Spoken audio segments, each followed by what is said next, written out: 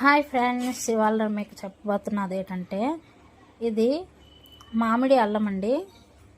ఇది ఇలా చిన్న చిన్న ముక్కలుగా కట్ చేసుకోండి. మామిడి అల్లం అంటే మామిడికాయ టేస్ట్లో ఉంటుంది. ఇది ఉట్టిదైనా తినవచ్చు, బాగుంటుంది, పెద్ద వగరుగా అనిపించదు. అయితే ఇందులో హాఫ్ పెద్ద నిమ్మకాయ పిండేయండి.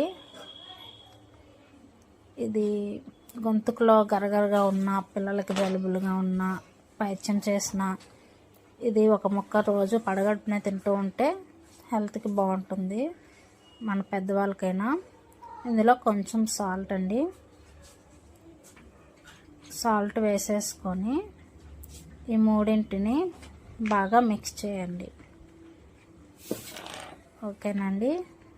ఇది రోజు తీసుకున్నట్లయితే మనకు పైత్యం చేస్తుంటుంది కదండి. పిల్లలు చాక్లెట్లు అలాంటివన్నీ తినేస్తూ ఉంటారు. అది గొంతుకులో అయితే కఫం అయితే చేరిపోతూ ఉంటుంది.